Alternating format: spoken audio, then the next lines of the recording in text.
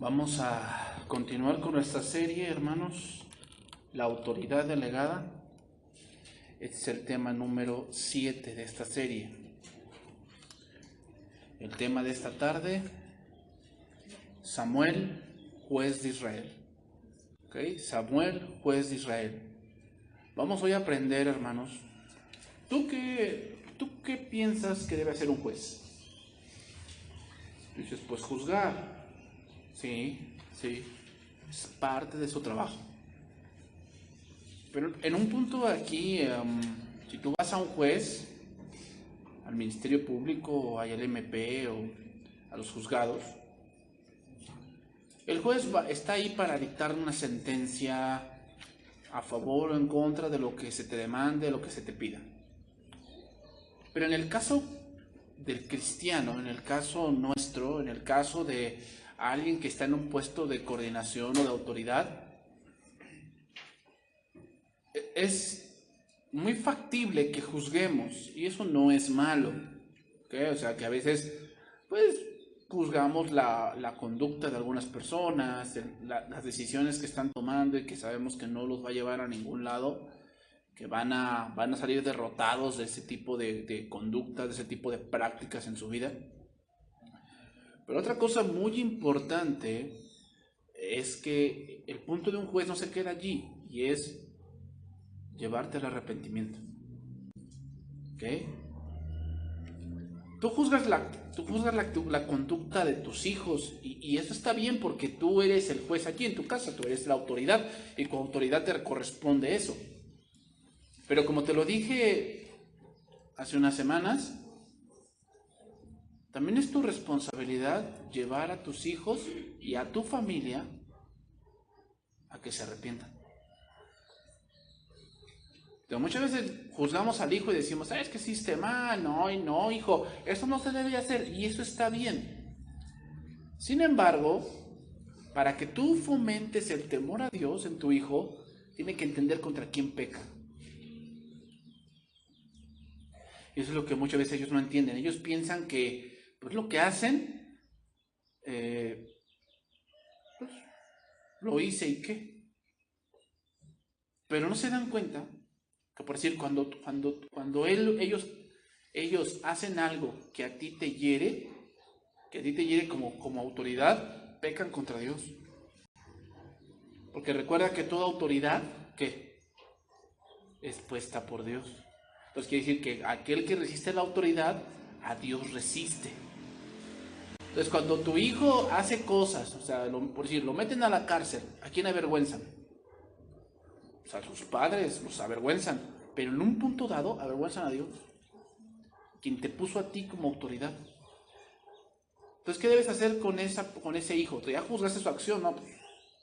Te lo mereces, ¿no? Te mereces que estés allí.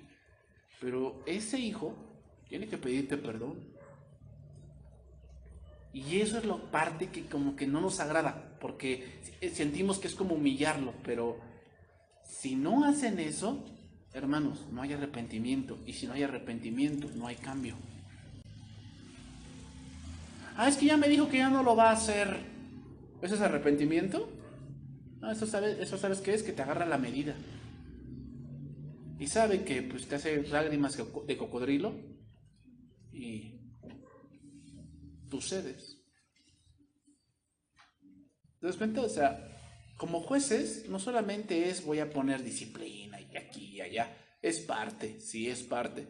Pero otra parte es que si a mí si ustedes llegan conmigo y me dicen, es que está pasando esto o esto y esto, y yo voy a juzgar lo que tú haces.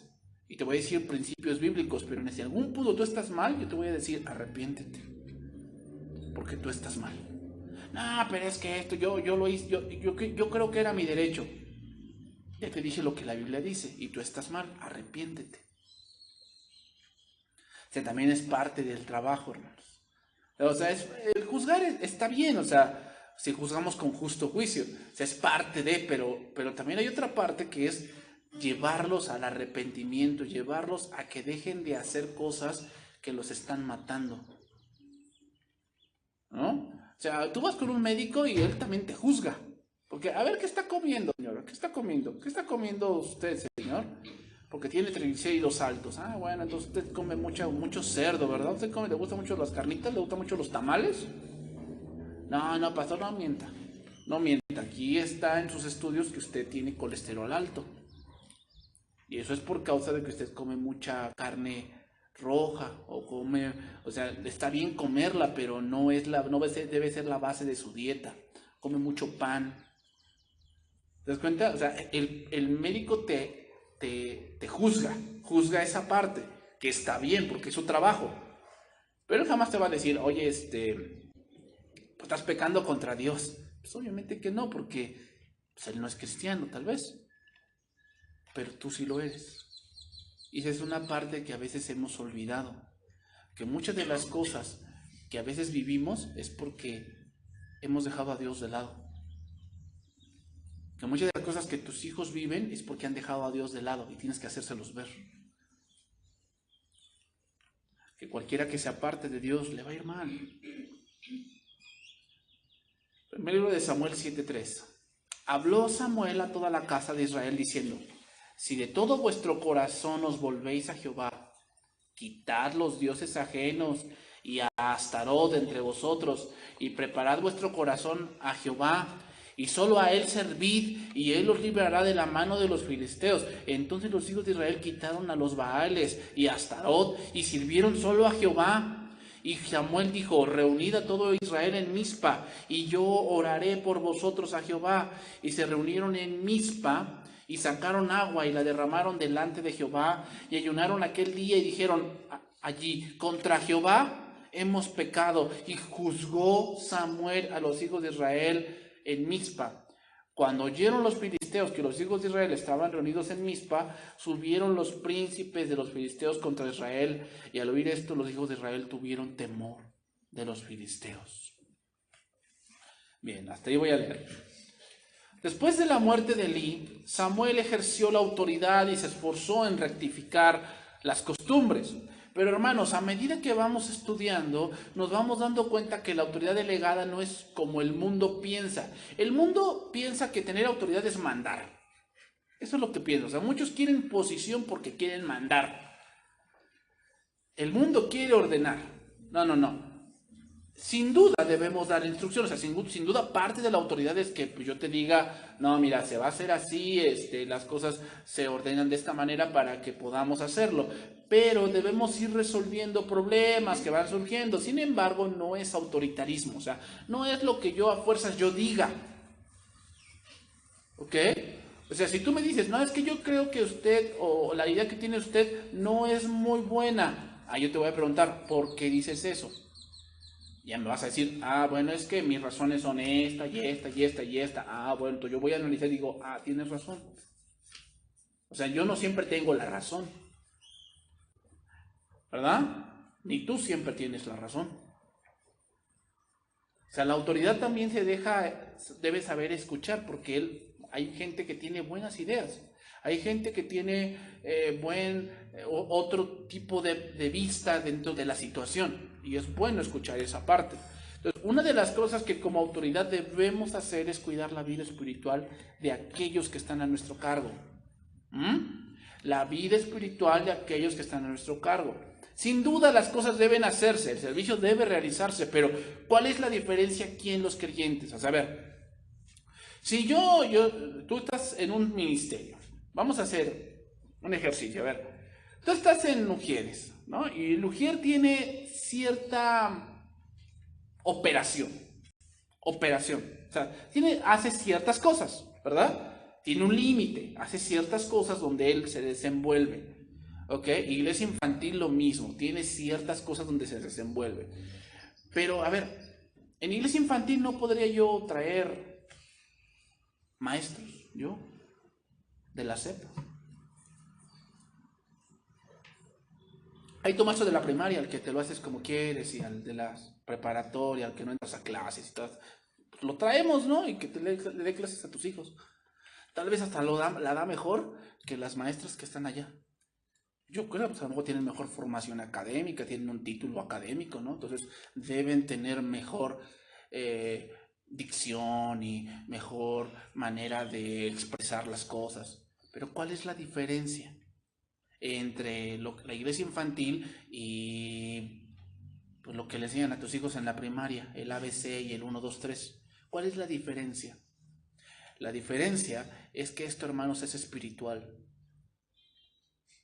O sea, aún aunque tú dices, ay, lo que los sugieres hacen, pues mejor contratamos una empresa, como hacen las empresas, ¿no? Pues que traen las personas y traen su carrito y traen donde echan todo, ¿no? Ay, pues contratamos una empresa y nos dejamos eso, ¿no? Yo te digo, pues ofrenden más para que paguemos eso. ¿Cuál es la diferencia entre lo que un ujier hace y el que yo contrate una empresa? Que esto es espiritual, hermanos. Esto es espiritual. Y por ello, que el que no ha nacido de nuevo le da lo mismo. Al que no ha nacido de nuevo le da lo mismo. El que no cante, el que no ha nacido de nuevo se expresa en que no canta, pues no pone atención porque no le importa, no trae Biblia, ¿verdad? Anda mandando mensajes de WhatsApp en el momento en el que pues, está la Biblia. ¿Te imaginas? ¿Por qué? O sea, ¿por qué hacen eso? Porque no entiende el punto espiritual, hermano. O sea, piensa que esto es como, no sé, como que si fuera a una plática motivacional. ¿Tú piensas que esto es eso? O sea, tú vienes acá para que yo te platique de una vida de alguien y te motive y salgas de aquí como un campeón. No estamos a eso, para eso vete a la non o vete, no sé, a alguien que te suba el ánimo. Vete a clases de yoga, pues allá para que te estiren bien y ya te suban el ánimo y tú llegues al nirvana y no sé qué tanta cosa. O sea, debes entender esa parte. Entonces, cuando entendemos esa parte, sabemos que Dios es fuego consumidor. O sea, que estamos aquí por escuchar a un Dios vivo. Y eso es lo que a veces muchos olvidamos. Y es que esta parte no solamente es mi tiempo, es algo espiritual, hermanos. Algo espiritual. Y que muchas veces las cosas, las actitudes o el cómo hacemos el servicio demuestran mucho de cómo tú estás. O sea, yo no necesito vivir contigo para saber cómo estás espiritualmente. Con tu servicio, yo lo sé. Yo lo sé cómo estás. Y a lo mejor haces el servicio, pero espiritualmente estás mal. Vete, yo lo estoy juzgando. Y cuando te surge un problema, ¿yo qué te voy a tener que decir? Arrepiéntete. Porque la manera en que estás llevando estas cosas espirituales, ¿qué? Te van a matar.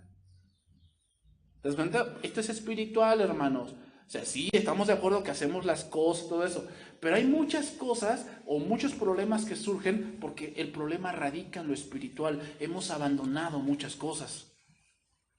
Hemos abandonado muchas cosas. Y al abandonar lo espiritual, pues obviamente nuestra vida física, nuestra vida terrenal, ¿cómo va haciendo?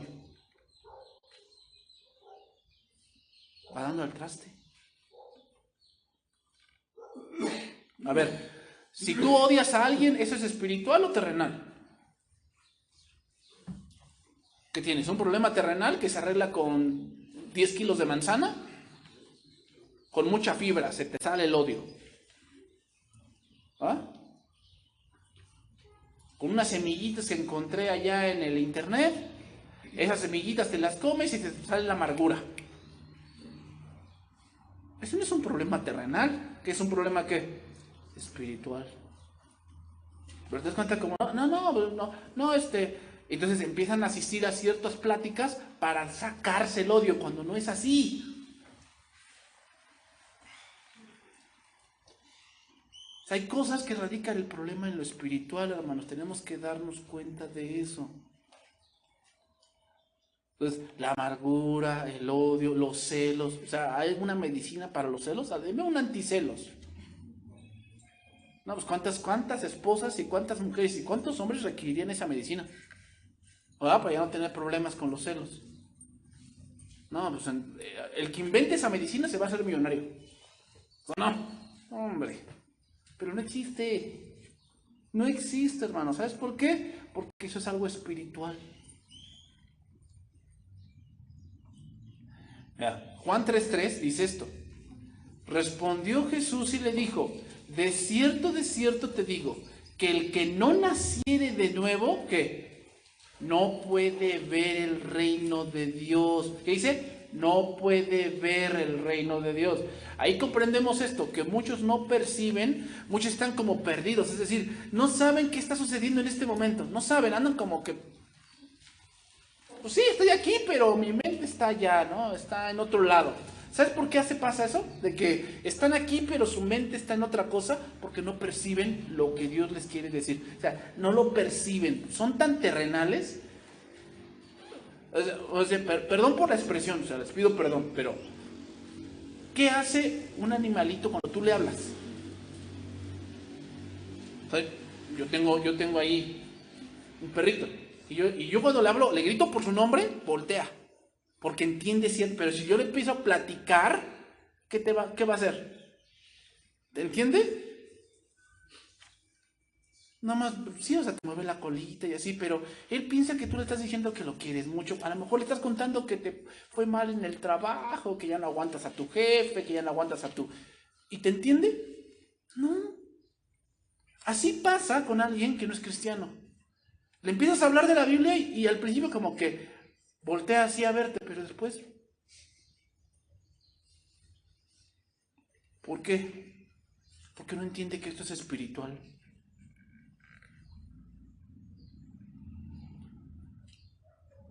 O sea, los que no han nacido de nuevo, hermanos, no perciben qué está pasando ahorita, no lo saben. Pero el que ha nacido de nuevo sabe que esto no es solamente un tiempo que pasamos, es que Dios se manifiesta. Es que Dios va restaurando nuestro corazón, Dios nos va dando respuestas a cuestiones que a veces tenemos, con las cuales llegamos, y Dios nos da respuesta. ¿Cómo? Es algo sobrenatural, porque es espiritual, hermanos. Pero digo, el que no ha nacido de nuevo no lo va a entender. O sea, dicen, ay, no, ¿cómo puede ser eso? Si lo único que está hablando es leyendo y ya. Pues bueno, eso es lo que tú crees, pero es algo espiritual que Dios te empieza a dar respuesta, te empieza a dar poder en Dios, te empieza a dar fortaleza, consuelo, te empieza a dar consejo en muchas cosas. Entonces, durante mucho tiempo, hermanos, Samuel había sido reconocido como el profeta de Dios, pero ahora ocupa un lugar en la historia sagrada como el último de los jueces. Los jueces, hermanos, eran jefes militares por medio de los cuales el Señor libertó a su pueblo. También desempeñaban funciones civiles en razón del respeto que les tenían sus contemporáneos. Y se cree que Samuel, cuando se escribe este pasaje, él tenía alrededor de 40 años. Ya era un hombre maduro, ¿no? Ya era un hombre maduro, o sea, ya para el punto judío ya era un hombre que ya tenía experiencia, 40 años. Entonces vamos a ver lo que hizo en su gobierno, las decisiones que tomó Samuel y qué debemos aprender de ellas. ¿Ok? Entonces dice ahí, versículo 3. Habló Samuel a toda la casa de Israel diciendo, si de todo corazón os volvéis a Jehová, quitad los dioses ajenos y hasta los de entre vosotros, y preparad vuestro corazón a Jehová, y solo a él servid, y os librará de la mano de los filisteos. Primera cosa que se dio cuenta Samuel que debía arreglar. ¿Qué es la primera cosa? La idolatría. Y hermanos, esto es bien fácil decirlo, pero es muy complicado que la gente, que el pueblo, que los mismos creyentes no sean idólatras. En verdad, idolatran muchas cosas. Ahora, ¿qué había pasado para que viniese esta exhortación? Vamos a ver un poco del contexto, voy a decir un poco de la historia. Primer libro de Samuel 4:1, vamos a ver un poco del contexto para agarrarle más fuerza a este pasaje. ¿Ok? Dice ahí, primer libro de Samuel 4:1. Fíjate qué dice el título ahí, los filisteos capturan el arca. Dice ahí, voy a leer a partir del versículo 2. Y los filisteos presentaron la batalla a Israel, y trabándose el combate, Israel fue vencido delante de los filisteos, los cuales hirieron en la batalla en el campo como a 4,000 hombres. O sea, hubo una batalla entre los filisteos y Israel, y perdió Israel. Cuando volvió el pueblo al campamento, los ancianos de Israel dijeron, ¿quiénes? Los ancianos aquí habla de las autoridades espirituales del pueblo. Se preguntaron, ¿por qué nos ha herido hoy Jehová delante de los filisteos? Traigamos a nosotros de Silo el arca del pacto de Jehová para que viniendo entre nosotros nos salve de la mano de nuestros enemigos. ¿Quién los iba a salvar? El arca. ¿Cómo dijimos que era Elí? Ciego, y así era el pueblo. ¿Cómo eran? Ciegos. Ay, yo no sé por qué me está pasando esto. Ay, yo no sé por qué mi hijo se comporta así. Él no era así. Él no era así. Mi hija no era así. No sé, hay que traernos al pastor para que nos... O sea, ¿tú piensas que yo lo voy a cambiar? ¿A tu hijo? Que lo echas a perder durante 15 años y ahora yo con una oracioncita lo voy a cambiar. ¿Ya viste cómo? ¿Eres cristiana católica? Piensas lo mismo. No es así. Aquí no hay soluciones mágicas, hermanos. Israel había abandonado a Dios y se preguntaban, ¿por qué Jehová nos ha abandonado? ¿No era obvio? ¿No era obvio? ¿Por qué? Habían abandonado a Dios, pero ellos no se daban cuenta. Mira, en Oseas 4:7 dice esto, ahí anótalo, Oseas 4:7. Entre más sacerdotes hay, dice, más pecan contra mí. Han cambiado la gloria de Dios por la vergüenza de los ídolos. Cuando la gente lleva su ofrenda por el pecado, los sacerdotes se alimentan. Por eso se alegran cuando el pueblo peca. Por eso se alegran cuando el pueblo peca. Y lo que hacen los sacerdotes, el pueblo también lo hace. Así que ahora castigaré tanto a los sacerdotes como al pueblo por sus perversas acciones. Tal es el sacerdote, tal es el pueblo.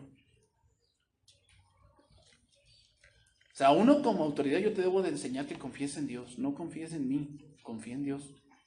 Porque un día yo no voy a poder. Un día yo no voy a saber la respuesta. Yo no la voy a saber, yo no sé todo. Entonces ahí te vas a decepcionar. Ay, el pastor ahora me dijo que orara porque no sabe. Pues a lo mejor sí no sé todo. Y a lo mejor lo que requieres es confiar en Dios porque Jehová debe ser tu pastor, no un hombre. ¿Quién debe ser tu pastor? Jehová, Cristo debe ser tu pastor, no yo. O sea, yo soy tu autoridad y yo trato de guiarte por el camino hacia Dios. Pero tu vida debe depender de Dios, no de mí. No de lo que yo te pueda dar. Ese es un error que muchos cometen. Entonces sigue diciendo, entonces no se daban cuenta que Dios estaba en su contra. Y se preguntaban, ¿por qué Dios no está con nosotros? Es una ironía, hermanos. Pero hermanos, cuando abandonamos a Dios, pensamos esto, ¿por qué Dios no me da? ¿Por qué Dios no hace prosperar lo que hago? Pero irónicamente no nos damos cuenta que tenemos un ídolo que nos está alejando de Dios. Y que ahora Él está en nuestra contra. Cuando tú tienes un ídolo en tu corazón, Dios está en tu contra. Así lo dice Santiago 4:4, ¿no? Oh almas adúlteras, ¿no sabéis que la amistad con el mundo es enemistad con Dios? O sea, cuando tú tienes un ídolo, llámalo como quieras, Dios está en tu contra. Porque ¿cuál es el primer mandamiento? Amarás al Señor tu Dios con todo tu corazón y con toda tu alma y con toda tu mente y con todas tus fuerzas. ¿A quién? O sea, Dios debe ser lo máximo. No quiere decir que no ames otras cosas, pero Dios debe de ser lo máximo. Lo máximo. Dios debe de ser lo más sagrado para ti. Eso debe ser Dios. Entonces el pueblo preguntaba, ¿qué pasaba? Seguimos adelante. Primer libro de Samuel 4:3. Dijeron que traerían el arca, ¿no? Entonces versículo 4.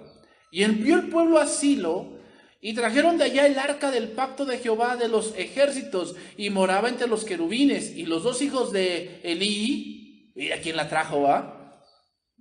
Estos dos hombres. ¿No? ¿Cómo se verían estos dos hombres ahí? Bien santos, ¿no? Trayendo el arca, ¿no? Esos sí son hijos de Dios. Estaban allí con el arca del pacto de Dios Y aconteció que cuando el arca del pacto de Jehová llegó al campamento, todo Israel gritó con tan gran júbilo y la tierra tembló. Y cuando los filisteos oyeron la voz de júbilo, dijeron: ¿qué voz de gran júbilo es esta en el campamento de los hebreos? O sea, los acabamos de vencer. ¿Y cómo es que están jubilosos? ¿Qué pasa con ellos? Y supieron que el arca de Jehová había sido traída al campamento. Y los filisteos tuvieron miedo, porque decían: ha venido Dios al campamento. Y dijeron: ay de nosotros, pues antes de ahora no fue así.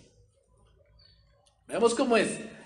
Cuando no tenemos entendimiento espiritual, hermanos, y es irónico, pero ambos pueblos, Israel y los filisteos, pensaban lo mismo. ¿Qué?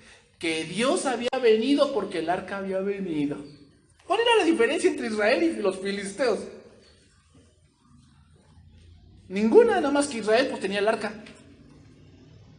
Eso nos muestra, hermanos, cómo estaba el pueblo, pero tan terrenales. El mundo cree en cosas que radican en lo ridículo, hermanos, radican en lo ridículo. La pata de conejo, la sal que se cae, el espejo roto, que cuando hacen pan deben darle de comer al horno después, porque si no se te ceba. Yo cuando escucho ese tipo de cosas digo, bueno, a lo mejor por desconocimiento, pero digo, es una tontería. Pero lo triste es que veamos lo que hace la idolatría. Hace que seamos como los demás, hermanos, en el sentido del pensamiento. Hace que seamos como los demás. Cuando tú tienes un ídolo, tu pensamiento ya no es espiritual, te vuelves como los demás.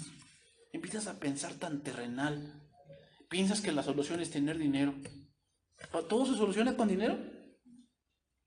¿Tú piensas eso? Eso es lo que el mundo piensa, ¿no? Su dicho es: el dinero no es Dios, pero ¿cómo hace milagros? ¿Verdad? Y muchos piensan así. Ah, perdóname, pensé que el que hacía milagros era Cristo. Bueno, sí, también, pastor, pero ¿te das cuenta de tu pensamiento? Cuando tienes idolatría, te vuelves como los demás.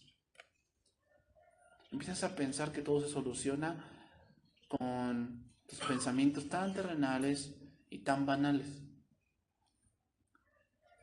Entonces, esta es una gran diferencia, hermanos, pero cuando hay idolatría, hermanos, eso no sucede. Es triste ver en algunos, pero es así. ¿Qué? Que como dice Corintios, el hombre natural no percibe las cosas que son del Espíritu de Dios porque para él son locura y no las puede entender, porque se han de discernir ¿cómo? Espiritualmente. Por eso muchos de ustedes, o algunos de ustedes, han escuchado muchas series, pero no las entienden. ¿Por qué? Porque se han de discernir ¿cómo? Espiritualmente. Te digo, empiezan a hacer tus complejos. Ah, claro, el pastor habla de los hijos porque él no tiene. ¿Ya ves cómo sale tu complejo? Ah, entonces yo no te hablo del cielo porque no he ido. Ah, ¿cómo te voy a hablar del infierno si no he ido? Ay, ¿cómo hablas del ciclo del agua? ¿A poco lo has visto así? Entonces, ¿por qué hablas de él? ¿Te das cuenta cómo salen tus complejos? ¿Por qué eres tan terrenal? Si fueses espiritual, tomarías lo que te corresponde. Porque sabes que Dios te está hablando. Primero libro de Samuel 4:10 sigue diciendo: pelearon pues los filisteos e Israel fue vencido. ¿Otra vez? ¿Pues no que habían traído el arca? Hermanos, Dios no se guía por amuletos. ¿Qué te dice también ese pensamiento? Ay, yo me escapulario. Hay otros que, ay, no, yo siempre que salgo de mi casa, el Salmo 91, pastor. Yo siempre estoy el Salmo 91 porque es que me cubre bajo la sombra de sus alas, entonces ya salgo y me enfrento al mundo de pecado. Y yo te preguntaría, ok, tu Salmo 91, si en algún momento no existiera, ¿qué harías? ¿Te das cuenta cómo es irónico lo que tú estás pensando? No, pastor, yo siempre me levanto del lado derecho de la cama. Porque ahí está el corazón. Se la creyeron, porque no está. Es que ahí no. Es que el corazón está a la izquierda, pero me levanto de la derecha. Porque la derecha es la autoridad. La derecha es donde está Cristo. A la derecha, pastor. No, quieres que me la coma, pero no. Dios no se maneja de esa manera. Entiéndelo. Ese es tu razonamiento. Ay, pastor, no, yo cuando voy viendo la combi y si su número termina en 6, yo no me subo. Que 6 es número de hombre. O sea, yo casi siempre procuro que su número de serie termine en 7 o tenga un 7 y ya sé que es de Dios. Ay, hermana, ¿cómo te digo? ¿Te das cuenta de ese tipo de cosas? Muchos tienen así su arca, que piensan que Dios está con ellos porque hacen ciertas cosas. Eso pensó el pueblo y perdió. Y huyeron, dice, cada cual a sus tiendas. Y fue hecha muy grande mortandad, pues cayeron en contra de Israel 30,000 hombres de a pie. Vea, ya subió el número de cuántos murieron ahora. Y el arca de Dios fue tomada. Y muertos los 2 hijos de Elí, Ofni y Fines, ya se murieron estos hombres. Y corriendo de la batalla un hombre de Benjamín llegó al mismo día a Silo, rotos sus vestidos y tierra sobre su cabeza, o sea, iba de luto. Y cuando llegó aquí, que Elí estaba sentado en una silla vigilando junto al camino, porque su corazón estaba temblando por causa del arca de Dios. ¿Por quién? No por Dios, por causa del arca. O sea, él le interesaba más lo material que lo espiritual.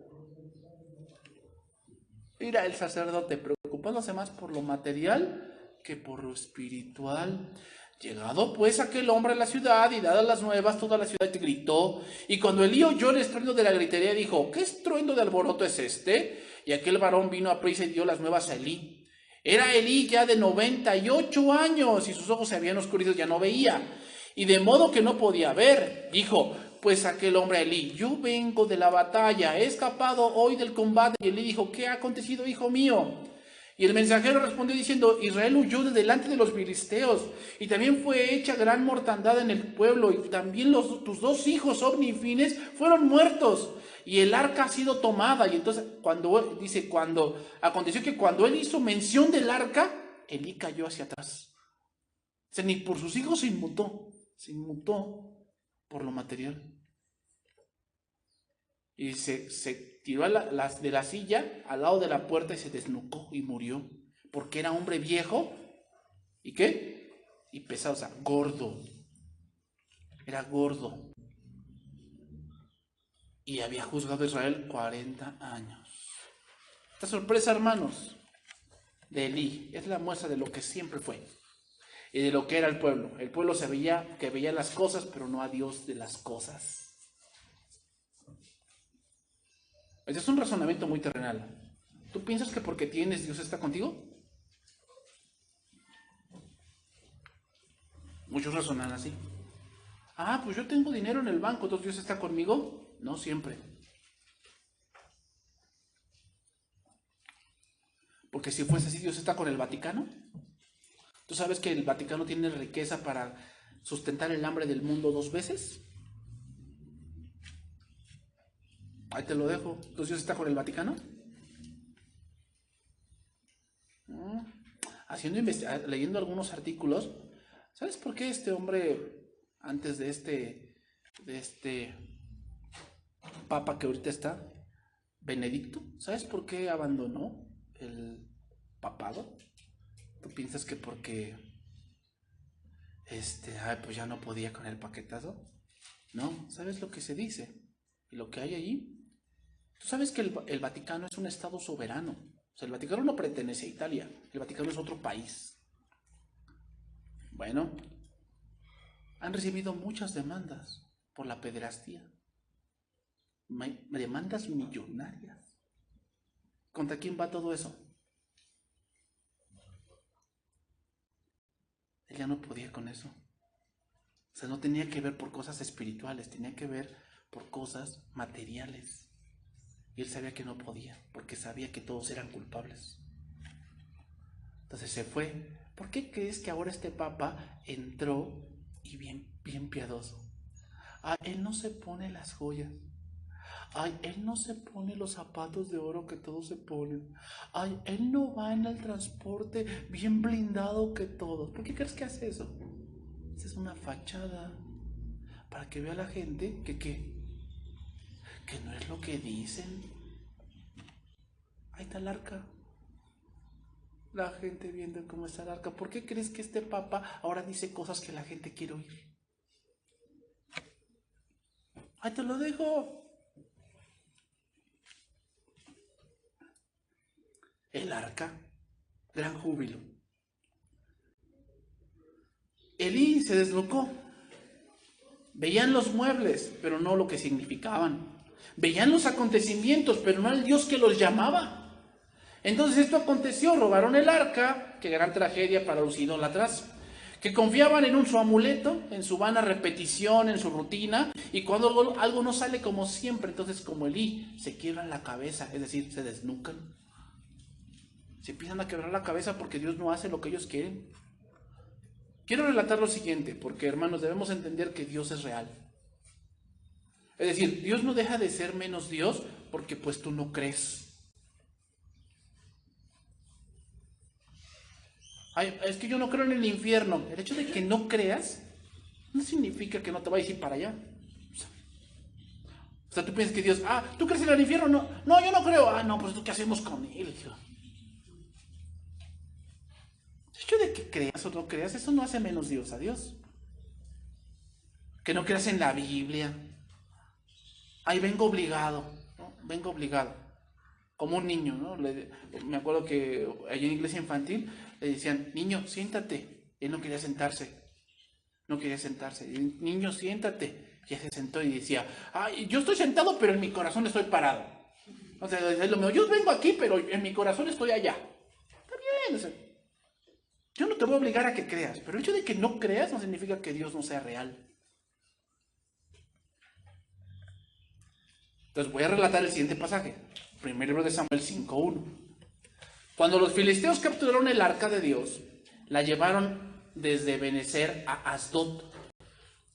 Y tomaron los filisteos el arca de Dios y la metieron en la casa de Dagón y la pusieron junto a Dagón. Y al siguiente día los de Asdod se levantaron de mañana y aquí Dagón postrado en tierra delante de Israel, delante del arca de Jehová, y tomaron a Dagón y lo volvieron a su lugar. Mira, la palabra Asdod significa devastador, ¿Qué le espera a los idólatras? Devastación.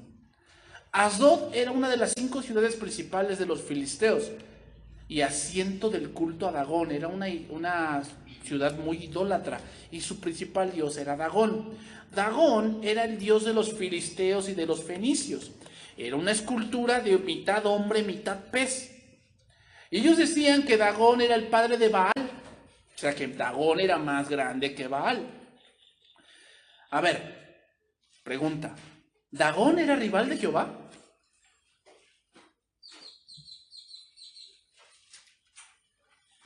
Hazte la pregunta, a ver. ¿Dagón es rival de Jehová? Bueno, te lo pongo así. ¿La Santa Muerte será rival de Dios? No. ¿Sabes por qué no? Porque Dagón no era ni Dios. Era un producto de la imaginación humana. ¿Cómo eso va a ser rival de Jehová? Es absurdo. Es absurdo. No, eso se lo imaginó el hombre. ¿Va a ser rival de Jehová? Pues no, el único Dios es Jehová. Es el único. Los demás dioses que los hombres han inventado es exactamente inventado. No es Dios. Y queda demostrado, hermanos. ¿Sabes qué nos enseña esto? Dime lo que tú quieras. Que tú digas, esto es lo más chido. Si yo tuviera esto, mi vida sería genial. Pues yo te voy a decir algo, no se compara a Cristo. Nada se compara a Cristo de lo que tú me menciones. Cualquier Dagón que tú me menciones, no se compara a Cristo. Lo voy a leer en traducción viviente. Seguimos, 1 Samuel 5:2. Llevaron el arca de Dios al templo del dios Dagón y lo pusieron junto a una estatua de Dagón. ¿Qué pusieron? El arca. La pusieron al lado de una estatua de Dagón. Pero cuando los ciudadanos de Asdod fueron a verla en la mañana siguiente, la estatua de Dagón había caído boca abajo delante del arca del Señor. Así que levantaron a Dagón y nuevamente lo colocaron en su lugar. Ya cuando los filisteos pusieron el arca junto a esta estatua, era porque pensaban y estaban diciendo que eran iguales. ¿Perdón? ¿Eran iguales? Pero el suceso que pasó da una clara evidencia. ¿Qué enseña esto primero? Que Jehová hizo que la estatua de Dagón cayera postrada junto al arca. ¿Qué enseña? Que Él es mayor que todo. No importa qué Dagón me menciones tú. Qué cosa tan maravillosa tú puedas decirme que si tuvieras eso, tu vida sería perfecta. No importa, Jehová es más grande. No importa lo que tú me menciones. Tú me puedes decir, no, es que si yo tuviera esta muchacha, yo tuviera este muchacho, yo tuviera este sueldo, yo tuviera esta casa, yo viviera aquí. No importa lo que tú me menciones, Jehová es más grande. Y tu Dagón siempre va a caer frente a Dios. Siempre. Siempre estará postrado a la voluntad de Dios. Otra pregunta, ¿quién lo tuvo que poner en su lugar? ¿Los mismos sirvientes de ese lugar? ¿Por qué? Porque él mismo no podía. Esto nos enseña que quién le da ese lugar de tanto privilegio. Los hombres, porque en verdad no lo tiene. ¿Quién le da esa gran peyorativa, lo que tú crees que es importante? Tú, porque no lo tiene. ¿Eso se lo das tú? Eso es tu autoengaño tuyo. No es lo que Dios está enseñándote, es lo que tú te haces creer. Como Dagón. A ver, si Dagón era tanto Dios, ¿por qué no se paró y dijo, oye, ¿por qué me tiran? Me pongo otra vez en mi lugar. ¿Por qué? Porque no es nadie.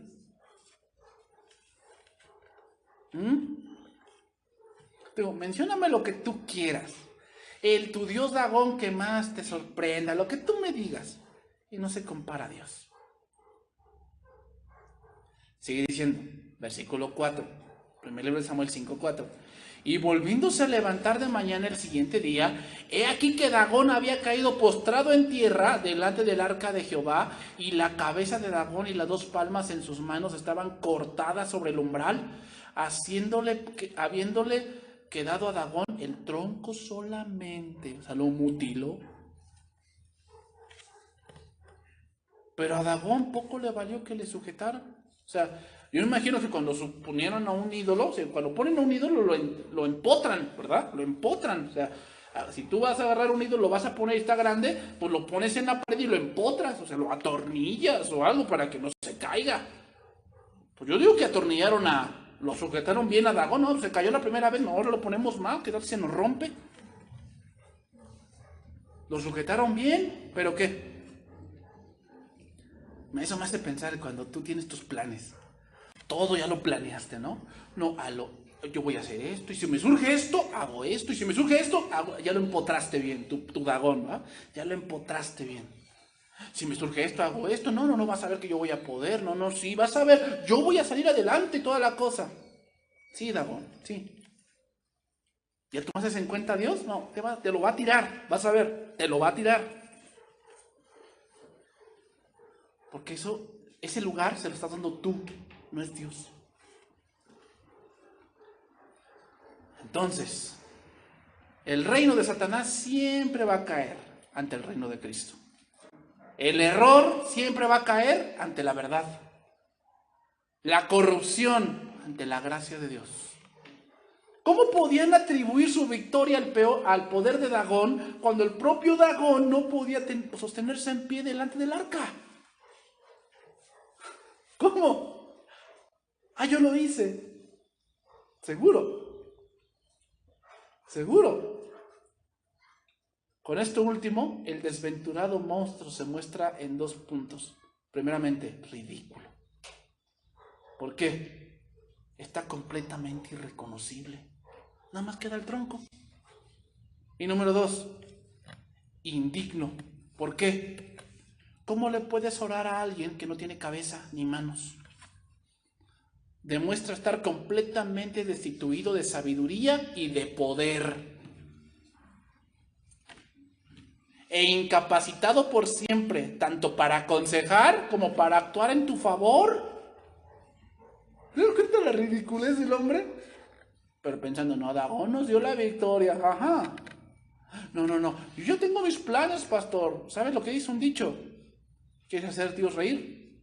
Cuéntale tus planes. ¿Sabes por qué? Porque cuando no tomas en cuenta a Dios, no creo que te vaya bien. No creo. Es lo que tú dices, porque ya empotraste tu Dagón, ¿va? No tu dragón, tu Dagón. Ya lo empotraste bien, lo pintaste bien. No, aquí no se me cae. Te olvidas de algo. Está el arca ahí. Está Dios ahí. Y cuando Dios diga, ¿qué? Te lo tira. Hermanos, esto habría bastado para que les abrieran los ojos a la verdadera gloria de Dios. Pero lo único que hicieron fue desarrollar una nueva superstición. Es lo único que hicieron. Ya vemos, puro terrenal, puro terrenal. Crearon algo de su imaginación para no ver la verdad. Desde allí en adelante, los que entraban en el templo de esa ciudad evitaban pisar el umbral. No es extraño que muchos encuentren más atrayentes las superhechicerías que la verdad revelada de Dios. Vamos a hacer un amarre. Ay, es que de repente me empecé a sentir mal. Ay, yo conozco un chamán muy bueno. A lo mejor hicieron un amarre, te llevaron a Catemaco. ¿No precisas ninguna foto tuya? ¿Una prenda?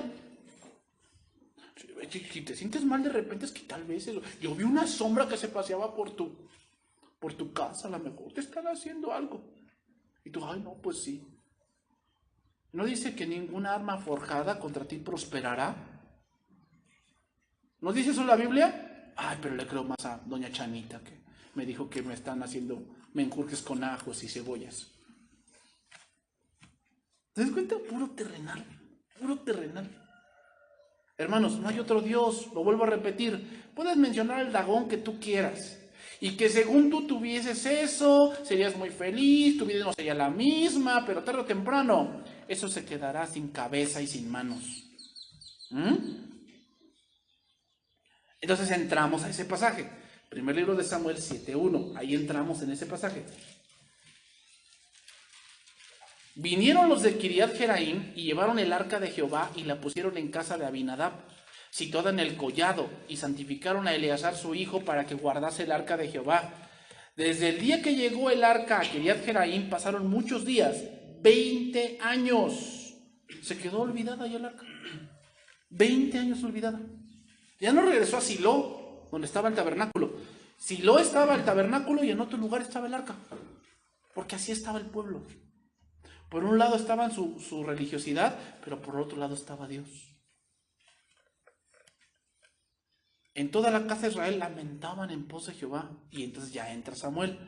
Habló Samuel a toda la casa de Israel diciendo: si de todo vuestro corazón os volvéis a Jehová, quitad los dioses ajenos y a Astarot entre vosotros, y preparad vuestros corazones a Jehová, y solo a él servid, y os librará de la mano de los filisteos. Los filisteos devuelven el arca, ya que Dios los hiere con muchas plagas, y después de esto hecho pasan 20 años, hermanos. Muchos suponen aquí que en ese momento Silo estaba en ruinas, por eso no la regresaron ahí. Y el tiempo, hermanos, es un tiempo difícil. Era tiempo de reconstruir, tiempo de volver, pero no a la idolatría. No a hacer lo que cada uno le parecía. No. Tenemos un Dios, tenemos un Señor, y ese no es Dagón.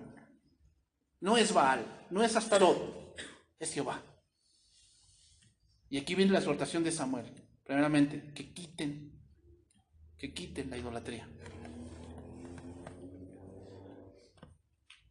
Quiten Astarot. Astarot, hermanos, era el nombre de una diosa que viene del hebreo, que significa estrella, la diosa Venus, la diosa del amor y la fortuna en la guerra. Adivina, esta Astarot que se viene de aquí es lo que hoy conocemos como la Virgen María. Es lo mismo, una mujer que se viste del sol. Fue adorada bajo muchos nombres en todas partes del mundo. Por decir, en Grecia se le conocía como Afrodita. En Babilonia se le conocía como Ishtar. En los fenicios se le conocía como Astarte, así se le conocía. Ha tenido muchos nombres, como el que hoy conoces. También le llamaban la reina del cielo. Muchas veces, hermanos, existían mujeres que entregaban su virtud en el servicio a la diosa, es decir, eran prostitutas. Y con ellos servían a la diosa Astarot. Tenían que quitar todo eso. Todo eso. El verdadero problema de Israel, hermanos, no era entrenamiento militar, el problema era espiritual. Y era que había idolatría. Hermanos, la idolatría nos hará ser personas derrotadas. La idolatría nos hará ser personas derrotadas. Entonces me voy yendo por la parte final, porque ya se me acabó el tiempo. Primer libro de Samuel 7:4. Entonces los hijos de Israel quitaron los Baales y a Astarot y sirvieron solo a Jehová. Aquí quitar los Baales y Astarot es dejar de hacer lo que hacían. Eso significa dejar de hacer lo que hacían. Estos ídolos tienen una manera de culto. Y los que tienen esa manera de culto tienen una manera de conducta. O sea, tu conducta dice mucho de quién es tu Dios. Tu conducta dice mucho de quién es tu Dios. Entonces, bueno, te digo, o sea, yo cuando veo tu servicio, yo sé quién es tu Dios. Si es Dios, o es Dagón, o tal vez Astarot. ¿O sabes cuál es el Dios del dinero? Mamón. Es el Dios Mamón, es el Dios del dinero. ¿Te das cuenta cómo puede haber idolatría? O sea, no estamos hablando de imágenes. Estamos hablando de cosas que tú te haces creer a ti mismo. Que son importantes cuando no lo son. Y tú puedes venir a hacer tu servicio, pero el punto aquí que no es tanto lo físico, o sea, lo hacemos, pero es lo espiritual. O sea, imagínate el ídolo que tiene un pastor que te predica solamente del dinero. Dinero, dinero, dinero, dinero, dinero, dinero. ¿Qué tipo de ídolo tiene ese hombre? ¿Tiene a Cristo en su corazón? ¿Te está enseñando de Cristo? Tiene un ídolo y del cual habla.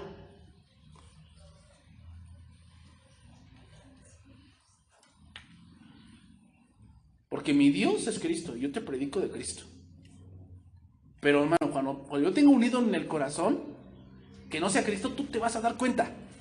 Te vas a dar cuenta. ¿Por qué? Porque ya no hablo de Cristo, ya hablo de el ídolo que tengo en el corazón. Nos damos cuenta porque tu conducta refleja quién es tu Dios. O sea, cuando me dicen, no, yo soy cristiano. Ay, ¿sí? Pues es que tu conducta demuestra que no eres, que tu Dios no es Cristo, tu Dios es otra cosa. Lo demuestra tu conducta. Entonces, la evidencia del verdadero amor y entrega a Dios sería el abandono del pecado. El pueblo se humilló y se arrepintió y es ahí donde viene un avivamiento, hermanos. Los avivamientos no vienen porque hay mucha revuelta y cae polvo de oro y se sana uno de sarna y el otro de allá de paperas y el otro sana de lepra. No digo que no sean cosas maravillosas, hermanos, pero son cosas que quedan en la tierra. O sea, una sanidad solamente te sirve para esta vida. O sea, no estoy diciendo que no sea glorioso. Pero no dijo Cristo, ¿qué es más fácil decir? O sea, ¿qué es más importante? ¿Tus pecados te son perdonados? O ve, levántate, toma tu lecho y anda. ¿Qué es más importante? La eternidad es más importante. No estoy diciendo que una sanidad no sea gloriosa. Claro que lo es. Pero ¿de qué le sirve que está cojo y se levanta y se va al infierno?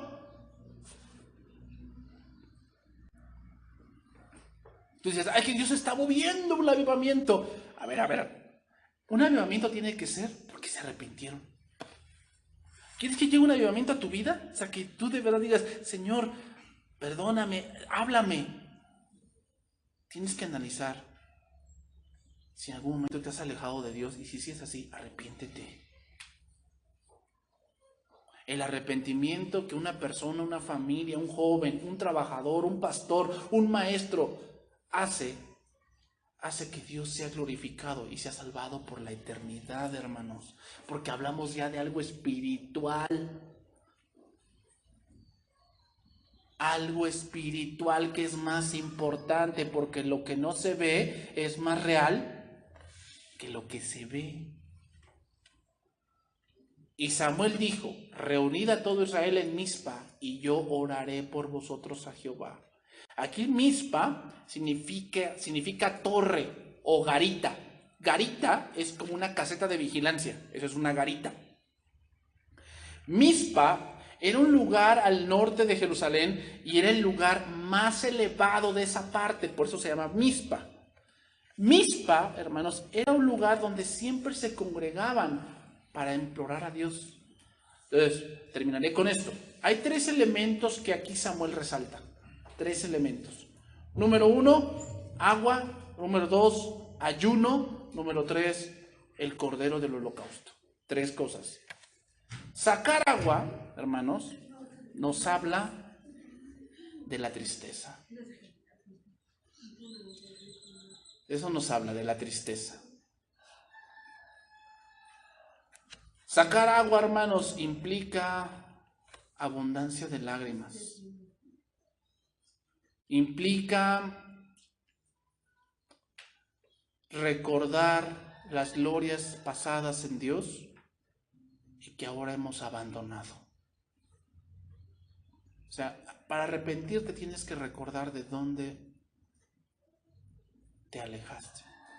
Entonces, antes yo tenía un servicio, antes yo le hablaba a otros de Cristo, antes yo oraba, antes yo leía la Biblia, antes yo buscaba mejorar, me esforzaba en conocer, pero ahora estoy viendo que no hago eso. Ahora mi vida se resume en que tengo flojera, en que ya no asisto mucho a la iglesia, en que de la Biblia pues creo que ya sé mucho. La oración, pues bueno, a veces llego muy cansado del trabajo y pues mejor no oro, mejor ya me quedo dormido. El servicio ya no lo tengo. ¿Te das cuenta? Eso debe causarte tristeza, porque la culpa no es de Dios, es tuya. Que has abandonado, eso es derramar agua. Y recuerda, derramar agua es volver a Cristo, porque Él es el agua viva. Ayuno. El ayuno es una señal de tristeza. Tristeza, congoja. Te voy a leer un versículo. Salmo 35:13, dice así: pero yo, cuando ellos se enfermaron, me vestí de cilicio. Afligí con ayuno mi alma y mi oración se volvía a mi seno. El ayuno, hermanos, tiene que ver con buscar a Dios. Tiene que ver con concentrar mi esfuerzo en volver a aquello que abandoné. ¿Qué quiere decir el ayuno?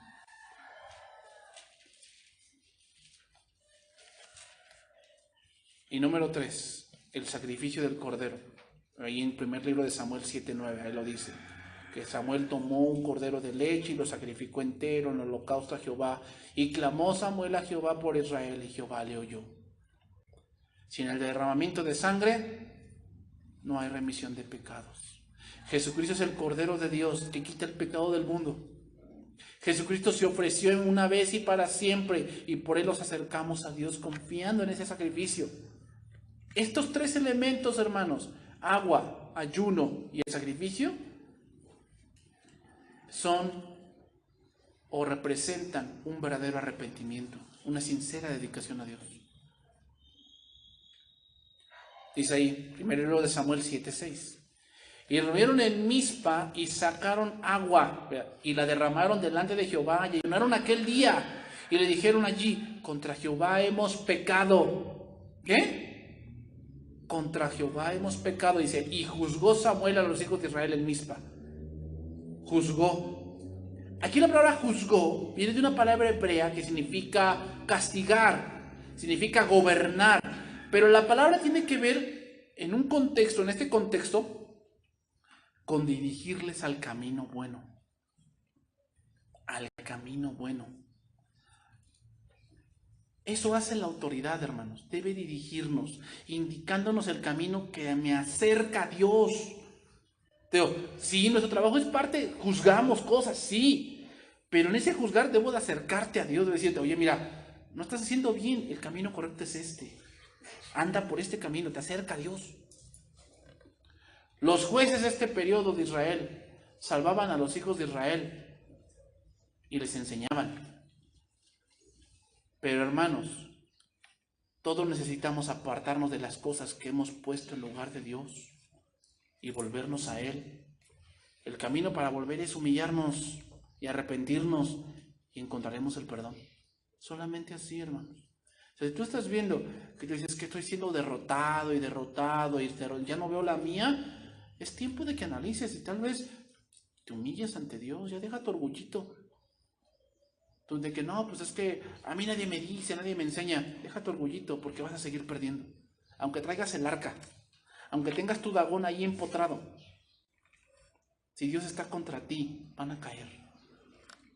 Todos tus planes van a caer. Aunque te esfuerces mucho, si Dios no está contigo, vas a fracasar. Termino con ese pasaje. Salmo 135, versículo 1. Pues cualquier otro camino, hermanos, es Dagón, queriendo hacerte creer que es Dios, pero es una vil mentira. Cualquier otro camino es Dagón, hermanos. No hay otro camino que no sea la humillación y el arrepentimiento. Ese es el único camino. Si tú ves que tu vida espiritual se está marchitando, es tiempo de que vayas a Dios y te humilles. Y decirle, Señor, dime qué pasa. ¿Qué estoy haciendo mal? Porque tú piensas que el problema son los demás. ¿Tú piensas que el problema soy yo contigo? ¿Yo soy el problema? No, el problema eres tú. El problema eres tú. Y dile a Dios que te muestre cuál es el problema. Y si hay un problema, arrepiéntete. Dios te va a aceptar.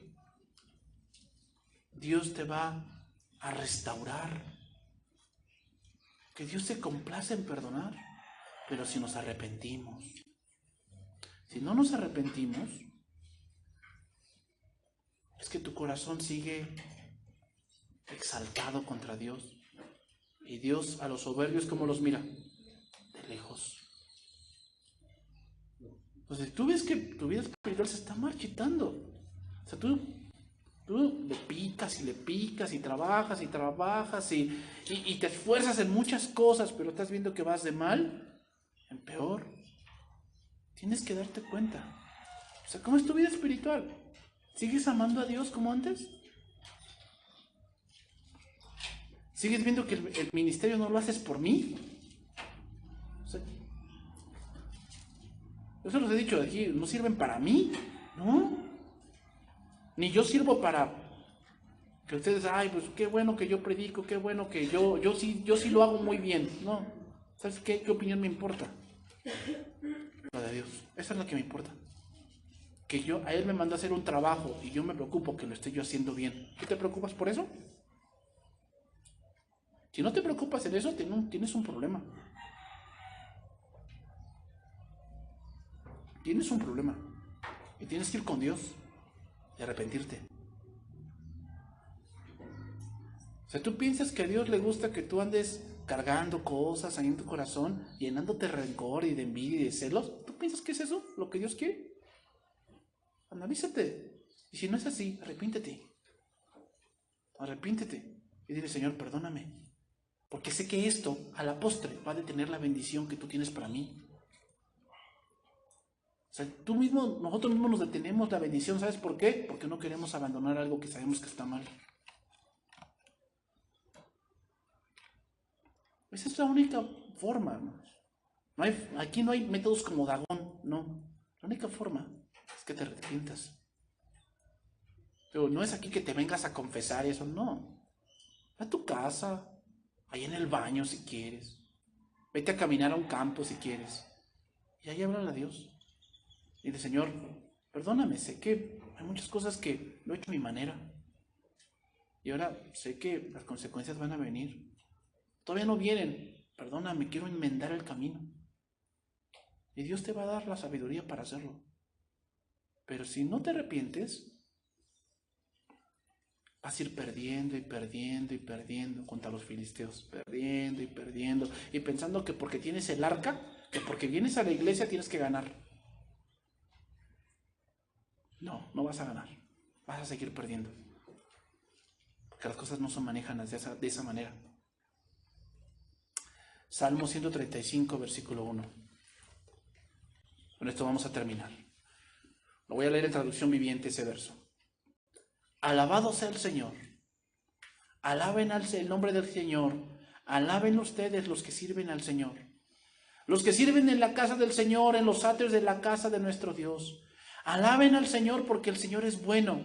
Celebren con música su precioso nombre, pues el Señor escogió a Jacob para sí, a Israel como su tesoro especial. Yo conozco la grandeza del Señor. Nuestro Señor es más grande que cualquier otro Dios. El Señor hace lo que le place por todo el cielo y toda la tierra y en los océanos y sus profundidades. Hace que las nubes se eleven sobre la tierra. Envía relámpagos junto con la lluvia y suelta el viento desde sus depósitos. Destruyó el primer hijo varón de cada hogar egipcio y a las primeras crías de los animales. Realizó señales milagrosas y maravillosas en Egipto en contra del faraón y todo su pueblo. Y dio de muerte a grandes naciones y masacró a reyes poderosos. A Sehón, rey de los amorreos, a Og, rey de Basán, y a todos los reyes de Canaán. Entregó sus tierras como herencia, como preciada posesión a su pueblo Israel. Tu nombre, oh Jehová, permanece para siempre. Tu fama, oh Señor, se conoce en cada generación. Pues el Señor hará justicia a su pueblo y tendrá compasión de sus siervos. Los ídolos de las naciones no son más que objetos de plata y oro. Manos humanas les dieron forma. Tienen boca, pero no hablan. Tienen ojos, pero no pueden ver. Tienen oídos, pero no pueden oír. Tienen nariz, pero no pueden oler. Y los que hacen ídolos son iguales a ellos, como también todos los que confían en ellos. Oh Israel, alaba al Señor. Oh sacerdotes, descendientes de Aarón, alaben a Dios. Oh levitas, alaben al Señor. Todos los que temen al Señor, alaben al Señor. El Señor sea alabado desde Sión, porque Él vive aquí en Jerusalén y en toda la tierra. Los ídolos, nada son. O sea, dime lo que tú quieras. Ponme lo que tú quieras enfrente y no se compara a Dios. No se compara. No hay punto de comparación. Vamos a orar, hermanos.